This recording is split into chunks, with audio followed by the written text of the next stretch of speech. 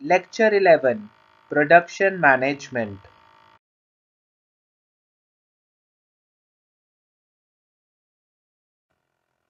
What this course would include.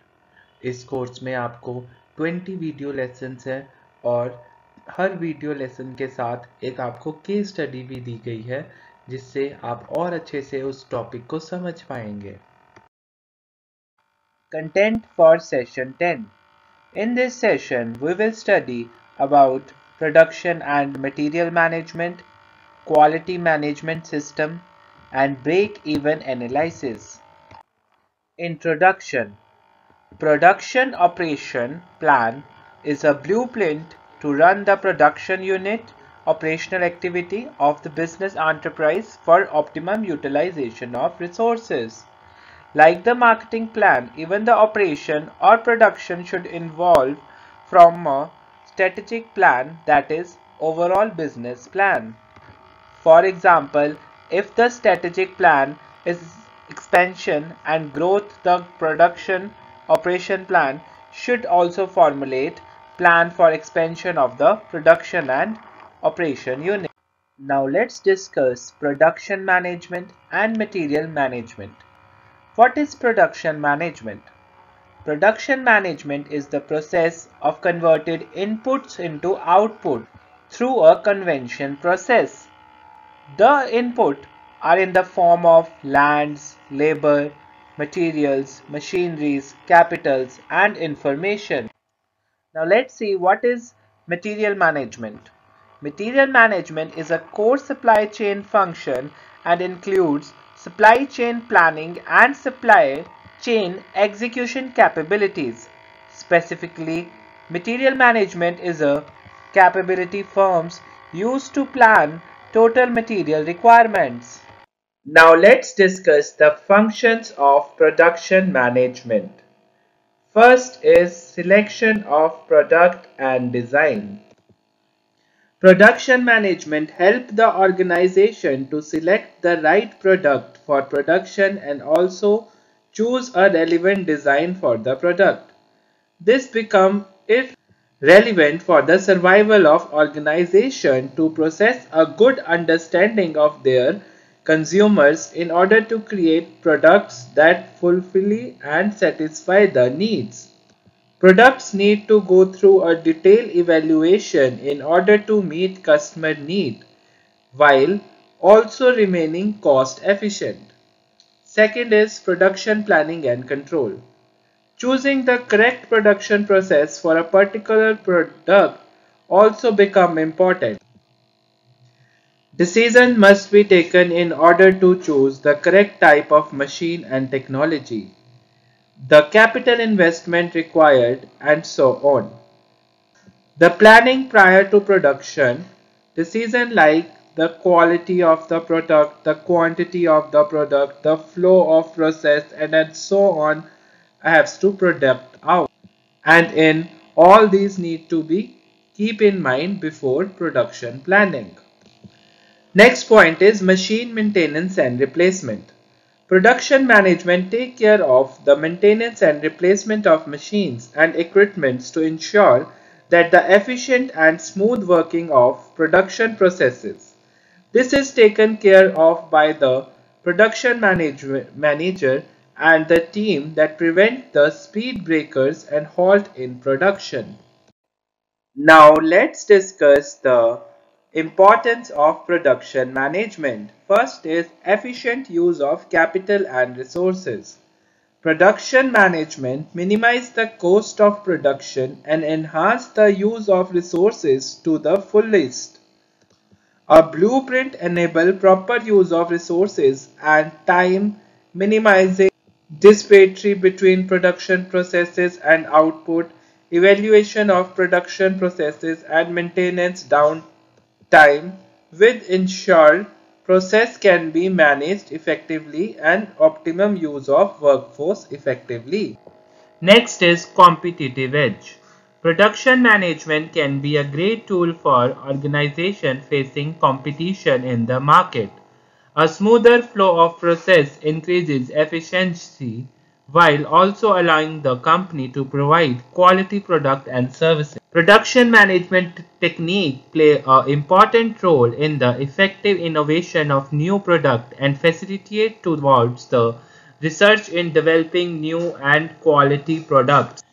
Next is minimize risk of product failure. Preparing a roadmap and collecting information and assumptions helps in assessing the market and reduce chances of failure. Knowing the requirement and needs of the market will help to reduce the chance that the product will flop. Ultimately, product management, like everything else, cannot guarantee success, but it does reduce it.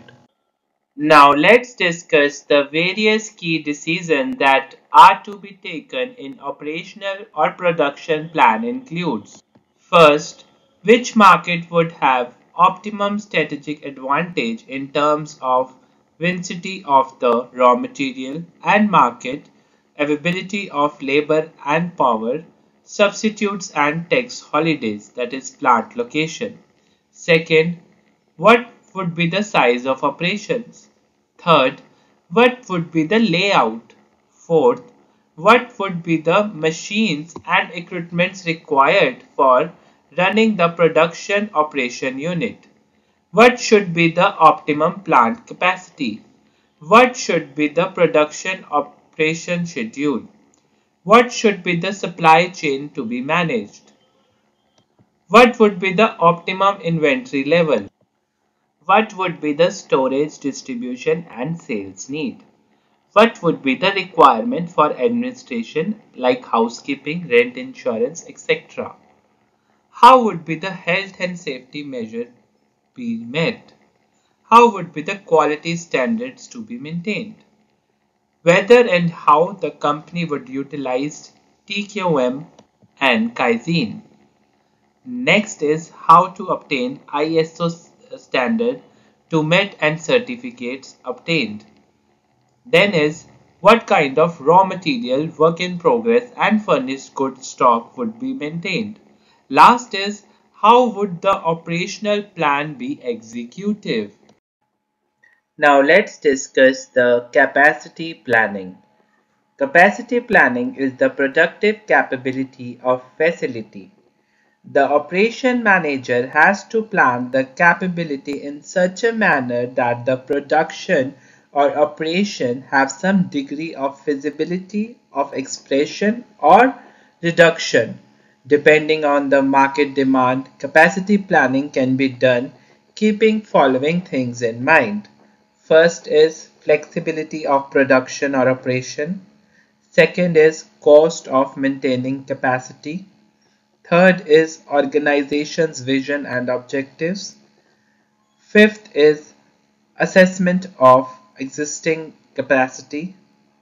Next is forecasting capacity needs based on organizational objectives. Now let's discuss the capacity planning types. First is short-term capacity planning. Capacity planning day to day, month to month, or year to year is called short-term planning. In short-term capacity planning, fundamental capacity remain fixed, but various short-term arrangements are possible like stopping production of one shift in case of reduction in demand or cleaning inventories in case of pilling of inventories, hiring temporary employees in case of survival rise in demand, or layoff in case of reduction in demand. Next type is medium-term capacity planning. Medium-term capacity planning is from 1 year to 5 years. Demand forecasting and the scheduling task operation is important to meet forecasted demand. The strategies for medium-term capacity planning involve material requirement, staff rotation, machine scheduling. Last type is long-term capacity planning. Long-term capacity planning is the planning operation above 5 years. Major challenges in this capacity planning can be introduced.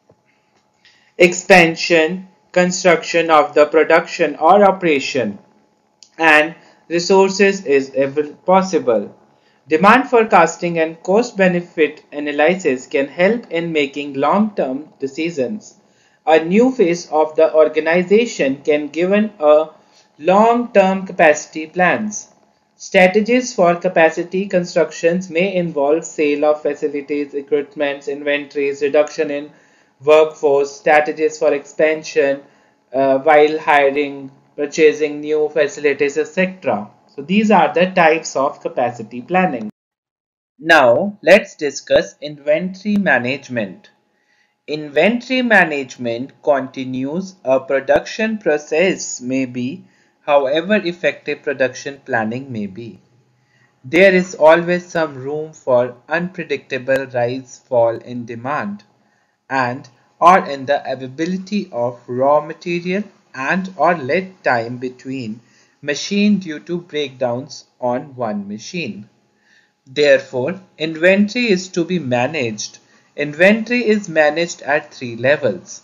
First, raw material inventory. The stock of raw material is kept to meet the unforeseen changes in the marketing focuses. Goods in process inventory. Inventory is managed at the each level of work in progress. Next is finished goods inventory. Inventory is also managed of the final goods. Now let's discuss ABC analysis. Petro analysis can be used to classify stock groups. Stock items are ranked in descending orders of usage value and plotted on cumulative frequency curve. It is common to find out that 20% of the items account for 80% of the usage value. The next 30% has 15% of value. The final 50% has 5% of value. ABC or petroanalysis points the why of where control efforts are best directed. Judgment is needed on critical inventory items or security matters that petroanalysis in itself does not reveal. Benefits of ABC analysis. First, analyzes customer demand for the product. Second, enables negotiation with suppliers. Third, improvement in customer services. Fourth, manufacturing of goods. Fifth, supply chain management and warehouse management. Let's discuss quality management system. As we all know, quality comes first, is the motive of highly competitive and growth-oriented companies. Quality is an important function of production or operation management. The importance of quality has improved today. Quality is to be maintained at all the stages of production. Quality is the products or services, nature or feature that reflect capacity to satisfy, express or imply statement of need. Or quality is the product and services characteristics as offered by design, marketing, manufacturing, maintenance and service that meet customers' expectations. Quality management system includes quality management, design controls, training management, requirement management, supply qualification, product record control. Let's discuss ISO 9000S. It involves customer focus, leadership, engagement of people, process approach, improvement, evidence-based decision making, relationship management. ISO 9000 series have 20 key elements of the firm quality programs. They are management responsibility, quality system, contract review, design and control, document and data control, purchasing, control of supplied product, product identification and traceability, process control, inspection and testing, control of inspection, measuring and test equipments, inspection and test status, control of non-conforming products, corrective and preventive actions, handling, storage, packing, preserving and delivery, control of quality records, internal quality audits, trainings, servicing, statistical techniques. Objectives of ISO 9000. First, achieve, maintain and seek of continuously improve quality. Second, improve the quality of operations. Third, provide confidence to management that quality requirements are fulfillment. Fourth, provide confidence to customers that quality requirements are fulfilled. Let's discuss benefits of ISO 9000. ISO 9000 is non-saturatory in nature, yet getting ISO 9000 certification provides a window for national and international acceptance on quality parameters. Moreover, compiling with ISO 9000 make an organization internally sound, but it involves long bureaucratic procedure and is very costly affair. Next is total quality management. Total quality management, according to Wake and Moti 1999, total quality management is the management philosophy that focuses on perspectual enhancement through the prevention of problems and errors. It requires continuous mentoring and control process, performance and quality, the placing of customers at the summit of attention as well as the sense of awareness, commitment and involvement on the part of management, all the workers, the customers and the suppliers. Few authors suggest that total quality management routes include: first, significance management, finding the best way to do a job. Second, group dynamic, that is testing and organizing the power of group exercise. Third, training and development, that is investment in human capital. Fourth, achievement motivation. People get satisfaction for accomplishment. Fifth, employment. Employees should have some influence in the organization. Sixth, socio-technical system. Organization operate as per an open system. Seventh, organization development. Helping the organization to learn and change. 8. Corporate culture. Brief myths and values that guide the behavior of people throughout the organization. 9. New leadership theory, inspiring and empowering others to act. 10. The linking pin concept of organization, that is crossing cross-culture teams. 11. Strategy planning. Determine where to take the organization and how and when to get there. Hence, total quality management is not just limited to product and services, but it encompasses quality at people, process, and management level. Total quality management is a philosophy that involves everyone into the cycle of continuous improvement in the system in order to strive for customer satisfaction. Break-even analysis. Let's discuss what is break-even analysis. Break-even analysis show the relationship between costs and profits with the sales volume. It determines the activity where total cost is equal to total sale, that is, point of zero profit and zero loss. It can be used to determine profitable profits at the level of activity. In the given picture, you can see the break-even point. Break-even analysis assumptions. First, costs are divided into variable and fixed component. Second, fixed costs remain consistent during relevant volume range of graph. Third, variable cost per unit will remain constant during relevant volume range of graph. Fourth, selling price per unit will remain constant irrespective of quantity sold with the relevant range of graph. Fifth, in case of multi-product company, even sale mix remain consistent. Sixth, production and sale volume are equal. Was started by Mr. Harvinder Singh in village Jahangir in district Sangrur, Punjab. This farm is in the area of 15 Viswas, I mean to say 0.5 acre. This farm procured small chicks from a company and take care of them and fill their maturity and then sells those chicks to the predefined set commission rate to the company.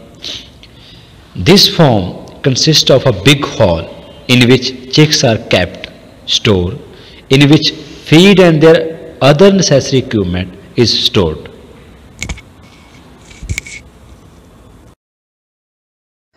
So now I am going to define the process of the business.